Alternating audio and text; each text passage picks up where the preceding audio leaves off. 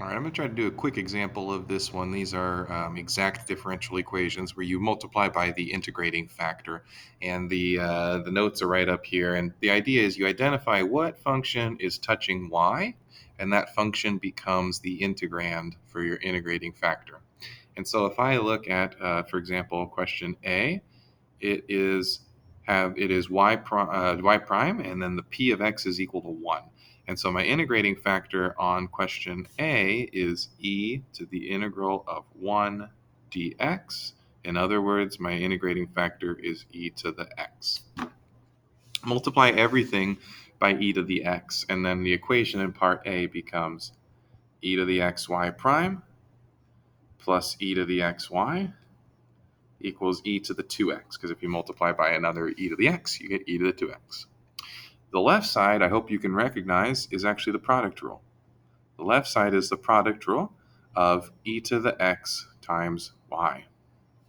The right side we haven't done anything with. And so we can integrate both sides. And if we integrate the left side, it will cancel out the derivative. That's the fundamental theorem of calculus. So we end up with e to the x times y.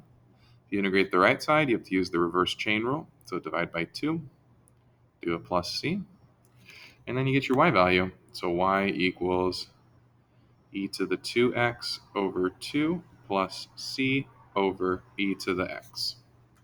And you can verify yourself that this really is a solution to the differential equation.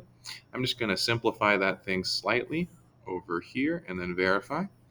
If you divide e to the 2x by e to the x, you get e to the x. So we have 1/2 e to the x. And if you divide c by e to the x, you can write it like this, c e to the negative x.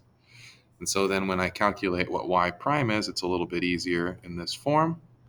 Y prime is 1/2 e to the x minus c e to the negative x because of the chain rule. And therefore, if you look at y plus y prime, these two pieces add up to give you 1 whole e to the x, and the c and the negative c cancel out, and you've just verified that you had a solution. So the first step when you're approaching these exact equations is to get the y prime by itself.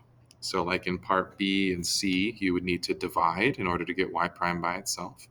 The second step is identifying the p of x function, which is attached to y.